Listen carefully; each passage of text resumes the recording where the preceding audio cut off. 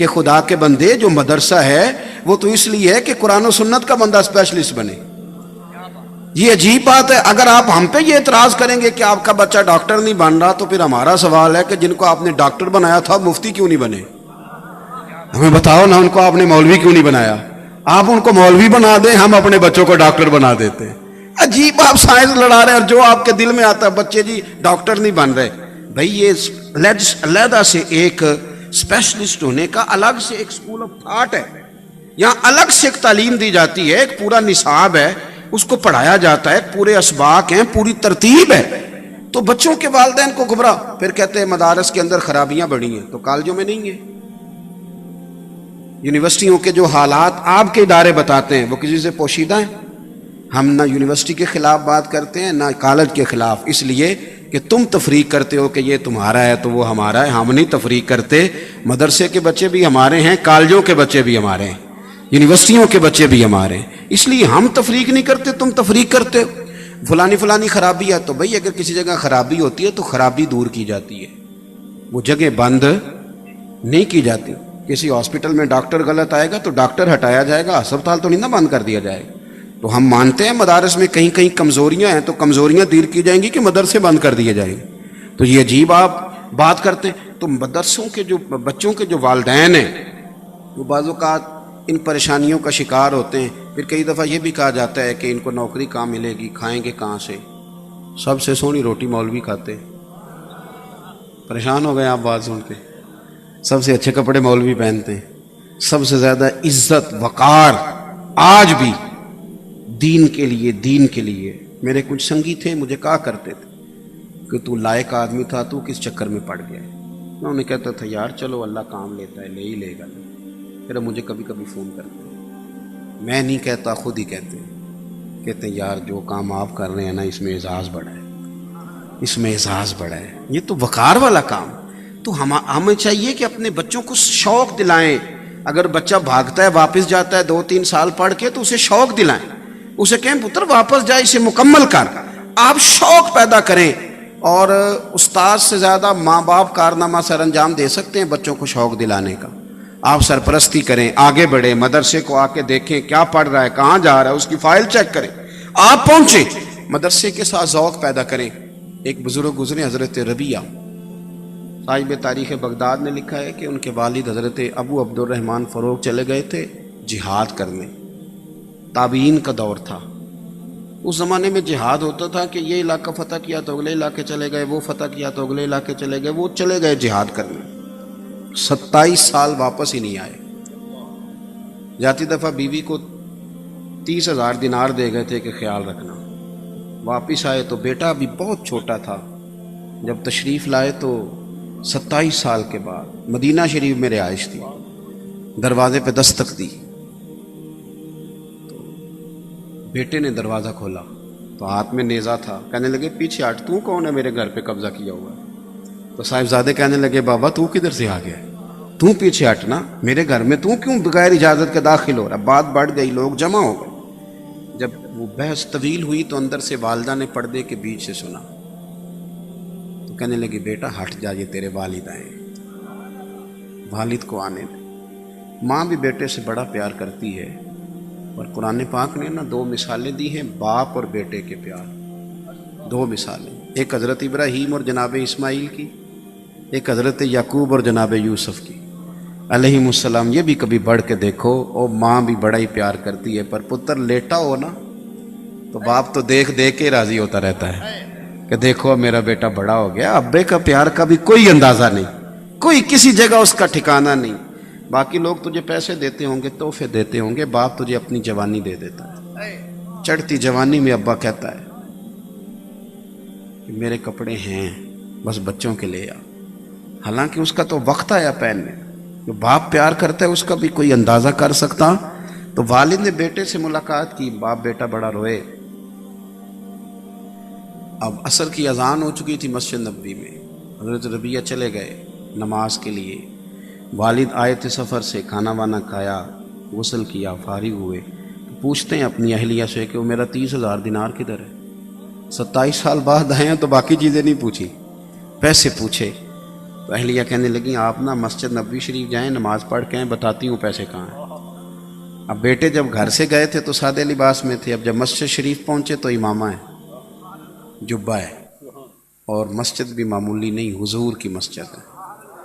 اور حدیث پڑھانے کے لیے جب صاحبزادہ بیٹھا ہے تو سامنے حضرت حسن بصری جیسے لوگ، امام مالک جیسے لوگ سامنے بیٹھے ہیں، لوگ درس حدیث ہو رہا ہے۔ عصر کی نماز پڑھ کے نا تو کسی سے پوچھتے ہیں کس کا پتر ہے، کس نصیبوں والی ماں کا بیٹا ہے، حضور کی مسجد میں بیٹھ کے دین پڑھا رہا ہے، کون ہے یہ؟ تو جن سے پوچھا تھا انہوں نے بتایا یہ کوئی ابو عبد الرحمن نام کے بزرگ ہیں جو 27 سال سے جہاد میں ہیں، یہ ان کا بیٹا ہے۔ حضور کی مسجد نبوی میں بیٹھے تھے تو گود میں آنسو گرنے لگے، کبھی حضور کا گنبد دیکھتے، کبھی سرور کائنات کا روضہ نور دیکھتے، کبھی بیٹا دیکھتے، کبھی ادھر کبھی ادھر۔ واپس لوٹ کے گھر آئے تو سعادت مند بیوی کا چہرہ دیکھا تو چھلک پڑے آنسو۔ بیوی سمجھ گئی کہ پتر کو حدیث پڑھاتا دیکھا ہے، سمجھ گئی تو دیکھتے شوہر کو کہنے لگی میں نے نا آپ کا 30,000 دینار آپ کے بیٹے کو عالم بنانے میں لگا دیا ہے، مجھے بتاؤ میں نے پیسے ضائع تو نہیں کیے، کوئی ضائع تو نہیں کیے؟ وہ ہاتھ اٹھائے اور کہا میں رب کی بارگاہ میں دعا کرتا ہوں اللہ تجھے بہترین صلہ عطا کرے، تو نے تو میرے بیٹے کو رسول اللہ کے دین کا خادم بنا۔ بھائی یہ جو ذوق ہے نا، یہ جو ذوق ہے اس کو آپ سمجھیں، آپ اپنے بچوں کو کاش اس طرف لائیں۔ میں نا تراویح ایک جگہ بڑی جلدی تھی، بات میری ختم ہو گئی بس میں سمیٹنے لگا ہوں، ایک جگہ بڑی جلدی تھی تو تراویح کے لیے کھڑا ہو گیا تو بالکل میرے ساتھ جو صاحب کھڑے تھے وہ تراویح میں رو رہے تھے، تو میرے دل میں خیال آیا کہ جو سورہ ابراہیم کی تلاوت ہو رہی تھی تو بعض جگہ ایسی آیات تھیں تو میں نے سمجھا کہ شاید قرآن مجید کے درد کے ساتھ یہ رو رہے ہیں، تو تکمیل پر نہ میں نے ان سے کہا کہ اللہ تعالیٰ آپ کو صبر دے، تو آپ بڑا رو رہے ہیں، تو وہ کہنے لگے کہ مولانا یہ جو تراویح پڑھا رہا میرا بیٹا ہے، پہلا مصلی سنا رہا ہے، تو میری نہ میں آپ کو بتا نہیں رہا کہ میری اس وقت کیفیت کیا ہے کہ میرا پتر قرآن جی سنا رہا ہے، میرا بیٹا قرآن شریف سنا رہا ہے۔ آپ ذوق بنائیں دین کا، آپ اپنے بچوں کو اس طرف مائل کریں اور خود سرپرستی کر کے آپ اس طرف لائیں۔ آپ کا بیٹا جب پڑھتا ہے نا اس طرف آتا ہے تو کمال ہو جاتا ہے۔ آخری بات طالب علموں سے کرنے لگا ہوں، میرے عزیزوں میں بھی طالب علم ہوں، آپ بھی طالب علم ہیں، دین بڑا غیرت مند ہے، یہ کسی کا محتاج نہیں ہے، اللہ بڑے بڑے نالائقوں سے کام لے لیتا ہے۔ یاد رکھنا کام میں دو ہی چیزیں شرط ہیں، ایک آپ کی محنت، دوسرا آپ کا اخلاص۔ اگر یہ دو چیزیں آپ کے پاس موجود ہیں تو کوئی چیز سامنے رکاوٹ نہیں بنتی، اللہ راستے بنا دیتا ہے اور بڑی آسانیاں کر دیتا ہے۔ اور ایک بات اور یاد رکھنا کہ قابلیت بھی بڑی ضروری ہے پر قبولیت اس سے بھی زیادہ ضروری ہے، قبولیت کی بڑی ضرورت ہے۔ قبولیت ہو جائے نا، ملا فضل اور فیضی بڑے پڑے ہوئے تھے، آپ کبھی سنیں گے اساتذہ کرام سے، تو اتنا حافظہ تھا کہ کوئی قصیدہ لکھ کے لاتا تھا نا بادشاہ کا، تو چھوٹا بھائی ایک دفعہ کوئی چیز سنتا تھا تو یاد ہو جاتی تھی، تو بڑا 2 دفعہ سنتا تھا تو یاد ہو جاتی تھی۔ کوئی قصیدہ لکھ کے لایا، اس نے سنایا تو چھوٹا کہنے لگا جی بادشاہ تو جھوٹ بول رہی ہے، تو میرے شعر ہیں۔ اس نے سنا تھا تو سنا دیا، اب بڑا تصدیق کرتا چونکہ وہ 2 دفعہ سننے سے یاد کر لے، کہتا جی اسی کے شعر ہیں جی، مجھے بھی یاد ہیں، کئی دفعہ میں نے سناؤں، تو وہ جب سنا دیتا بڑا بھی تو بادشاہ کو پکا ہو جاتا کہ چھوٹے کے شعر ہیں، اور انعام اس کو مل جاتا، لکھنے والے بیچارے کو تکلیف کا سامنا۔ اتنے بڑے تھے لیکن دنیا کمانے میں لگ گئے، بے نقطہ تفسیر لکھی پر دنیا کمانے، دولت کی طرف متوجہ ہو گئے، رہ گئے۔ لیکن اللہ نے اعزاز دیا تو حضرت مجدد الفسانی کو عطا فرمایا، مصلی پہ بیٹھتے تھے پر کمال کر گئے۔ اعلیٰ حضرت بریلوی کے زمانے میں بھی بڑے عالم تھے لیکن رب نے اعزاز دیا تو بریلی کے امام احمد رضا کو دیا۔ حضرت پیر مہر علی شاہ کے زمانے میں بھی بڑے عالم تھے لیکن اللہ نے اعزاز دیا تو ختم نبوت کی حفاظت کا تاج اللہ تبارک و تعالیٰ نے انہیں عطا فرمایا۔ تو آپ اپنے لیے قبولیت طلب کریں اللہ کے حضور اور آگے بڑھیں۔ اور یہ جو جوڑا جی میں عرض کرتا ہوں، دوسرا یہ کہ آپ اس بات کو اچھی طرح سمجھ لیں کہ آپ نے تو صرف تھوڑا سا آگے بڑھنا ہے، دین کے کام میں تھوڑی سی بھی کوشش کریں تو اللہ زیادہ مدد فرماتا ہے، زیادہ مدد کرتا ہے۔ میری طرح کے بہت سارے لوگ کہہ دیتے ہیں ہم نے بڑی محنت کی ہے پر اتنی نہیں کرنی پڑتی، محنت تھوڑی ہوتی ہے، فضل ہی زیادہ ہوتا ہے، فضل ہی زیادہ ہوتا ہے. میں تو اکیلا ہی چلا تھا جانب منزل مگر لوگ ملتے ہی گئے پھر کارواں بنتا گیا. تو خوب آپ توجہ رکھیں گے. یہ جو دستاریں ملتی ہیں نا، حضرت محدث اعظم پاکستان رحمۃ اللہ علیہ آپ کے شاگرد فرمایا کرتے تھے کہ حضرت کہتے تھے کہ جو مجھے دستار ملی تھی نا فراغت کے وقت، میں نے سنبھال کے رکھی ہوئی ہے، قبر میں بھی ساتھ لے کے جاؤں گا، اس لیے کہ یہ میرے سر پہ دستار ہے. یہ میرے اساتذہ نے مجھ پر اعتماد کیا ہے کہ اب میں رسول اللہ صلی اللہ علیہ وسلم کا دین تھوڑا سمجھنے کے میں قابل ہو گئی. یہ اعتماد کیا. تو آپ اس پر خوب توجہ کریں گے. ہم جو عوام ہیں ہمیں چاہیے کہ علم کا شوق پیدا کریں، اپنے بچوں کی توجہ دلائیں، خود بھی تھوڑا سا قریب آئیں علم کے. مدارس کی مضبوطی میں اپنا اخلاقی کردار ادا کریں.